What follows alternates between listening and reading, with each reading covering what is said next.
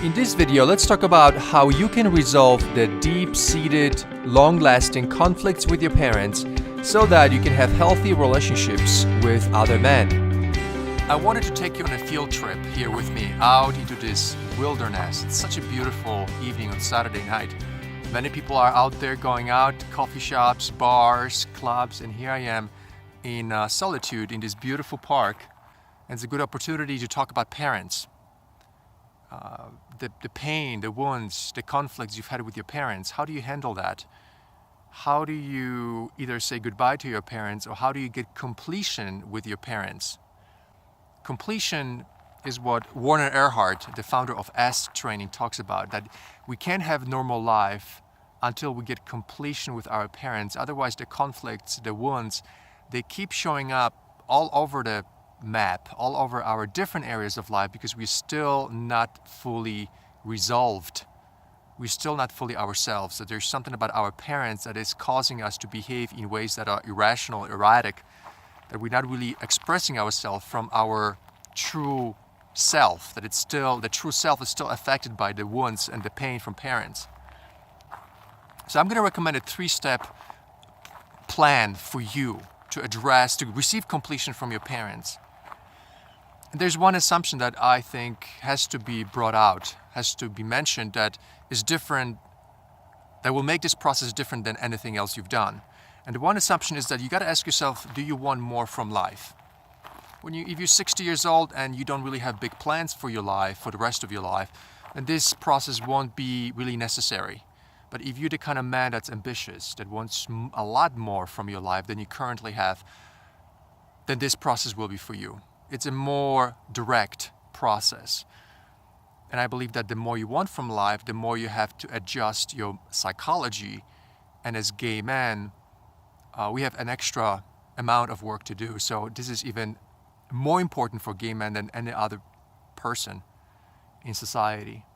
So the first step is to recognize the wounds, write them down, identify them.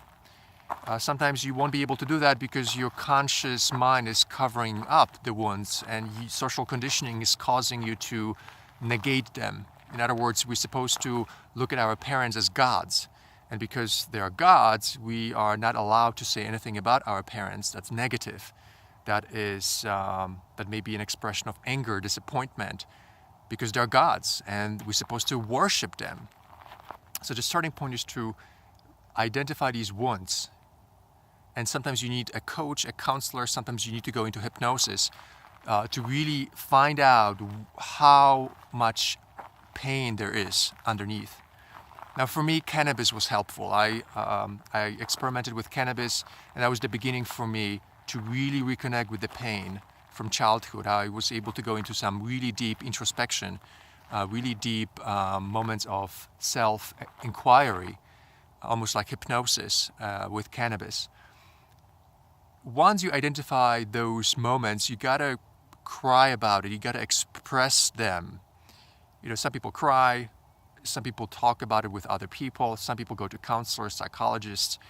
I wrote about it a lot. I cried a lot. I remember I cried a lot. And I recognized that my childhood wasn't perfect. It was good childhood, but it wasn't perfect. And there were significant pieces missing that now are part of, that influenced me now in my adult life. So that was the motivation for the work that I needed to do. After I expressed the pain, identified and expressed the pain, then I started to develop a conversation strategy to approach my parents and to confront them about that. And I confronted my father. I will never forget, we were at Starbucks, out of all places, and I asked him for apology about several things, and he started crying. He did apologize, and he started crying. And after that, we had a really interesting relationship that was really meaningful. And he actually told me that for some reason it's very comfortable to speak with me a lot more than with other people and even with other family members. So the confrontation actually opened up our hearts to each other. The interesting thing that happened, the twist to all of this, was that the neglect that was there in childhood started showing up again in adulthood despite our confrontation, despite our conversation. So this is where I started to draw the line that after confronting your parents, when they still perpetuate the conflict, the neglect, which was what was happening in my family, the abandonment, then you gotta decide what to do. And I ended up actually cutting my father out of my life because I was working on a lot of things, and I'm still working on a lot of things in my life. I can't sustain a relationship where there's constant neglect, there's constant avoidance, and there were so many other pieces to the puzzle with my father. And so this brings me to step number 3, which is you got to decide after confronting your parents, after sharing with them what hurts you, after telling them what has been really painful for you, if they don't take it seriously, if they still perpetuate and maintain the behavior, then you got to ask yourself, can you become successful? Can you become ambitious? Can you achieve your goals given that you have this residual negativity that's always there from your parents? When I asked myself, the answer for me was no. I'm not willing to sacrifice my life just to be in contact with my father. And the same thing was with my mother. And actually the avoidance and the neglect was even much harder for me to understand from my mother. And after confronting with her, she completely avoided conversations. She didn't want to talk about the past. She thought, oh, it doesn't matter, it's the past. Why should I talk about it? I also cut contact with my mother because of that. I would like for you to notice the difference in between cutting a parent off versus after having confronted them and after having expressed the pain and the disappointment versus just cutting them off because you just feel upset. So I didn't cut them off. I gave them a chance. I still believe they can come back to my life, but they have to respect me, and they have to show the opposite of neglect, which is attention. And this is something I've learned. This is a hard lesson for me. This is not just about parents. This is about lovers as well. If you tolerate neglect from any source, if you tolerate avoidance, if you tolerate somebody's unresolved issues, including parents, then a hole in your consciousness is created. And once that hole is created, and that could be anybody, but especially with parents and people that you know and boyfriends, then through that hole, all kinds of other behaviors that are not good for you will slip in unnoticed. That's what I noticed about my personality when I accepted an ex-boyfriend, when I continued to be in contact with him, despite a lot of the challenges we had. I started to accept his behavior or a variation of his behavior inside myself. So with our parents, the same works. It works the same. That when we accept them without that process, we are opening holes for all kinds of dysfunction to enter our lives. And then we feel like we're trapped. But yet we call our relationship with our parents love. And it's actually not love. It's actually self-destruction. Because we are destroying ourselves for our parents, to be in contact with them, because society tells us that we have to be in contact with our parents forever. So I am officially right now in a stage where my parents can come back to my life, but they have to change. And if they're not unwilling to change, I can't keep that hole open for them or anybody else. Otherwise, my life won't make sense for me. Otherwise, my life won't unfold the way I want it to unfold. The topic of parent-child relationships. There's a plane flying here. That topic is pretty sensitive, but it's actually pretty simple. We just need to take our parents off of the pedestal. We need to tell them how we feel and what they have done, and we need to give them an opportunity to correct it. If they don't want to correct it, if they perpetuate the nonsense, then we have to say goodbye. Maybe not goodbye forever, but goodbye temporarily until they see that they need to do some work themselves as well. It's not just our responsibility as children to owe our parents because they gave us birth, to owe them for the rest of our lives, to owe them our servitude and essentially becoming slave to them.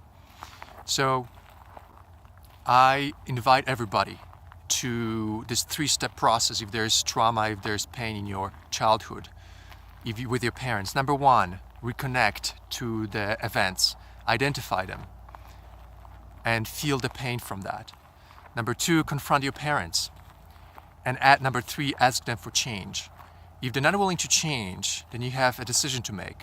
If your life is more important to you, then perhaps temporarily break from your parents is the right way to go. And if you have the time to work on your parents a lot more, then continue that work. But you are not responsible for your parents' choices. You're not responsible for your parents' decisions. So at a certain point, there's a moment of decision for you. What do you want? Do you want success, abundance, and do you want your life to be filled with excitement, or do you want to sacrifice that for your parents? That's the choice I'm inviting you to make. I wanted to offer you some bonus points about your relationship with your parents. It's getting a little bit darker here, and so it kind of feels nice to have this intimate conversation with you here in the open space about your parents, to air out some of the deepest concerns you have about your life, to really focus on something so crucially important and have some ideas how to resolve it.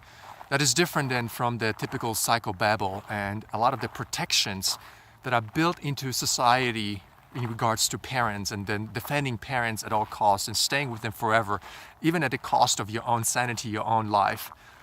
On some level, there is guilt in our lives about attacking our parents, because essentially confronting our parents might seem like it's an attack.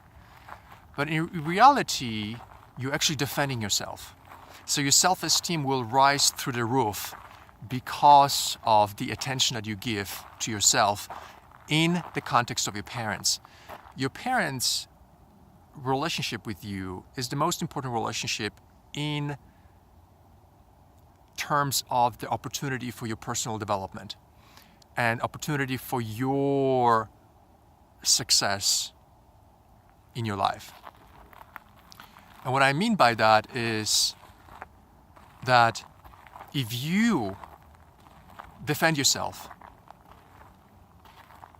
with your parents, it will be 100 times more potent than if you defend yourself with your ex-boyfriend and tell him to apologize to you. So when you ask your parents for apology, it's different. It's more powerful than asking anybody else for an apology or for correction. And so that work with your parents is really important for your self-esteem. I've noticed an enormous boost in my self-esteem with the work that I've done regarding parents and telling them what I needed to tell them and the strong messages that were behind it. So the bonus work from looking at your relationship with your parents and trying to fix it, trying to understand it, will be the most important work that you will do ever in your life. And I highly encourage everybody that if you can't do it by yourself, that you get help and you do it with somebody else guiding you through the process. And there are very simple steps that you can take to make it work for you. It doesn't have to be 5 years, doesn't have to be a year. This is a simply couple-month process.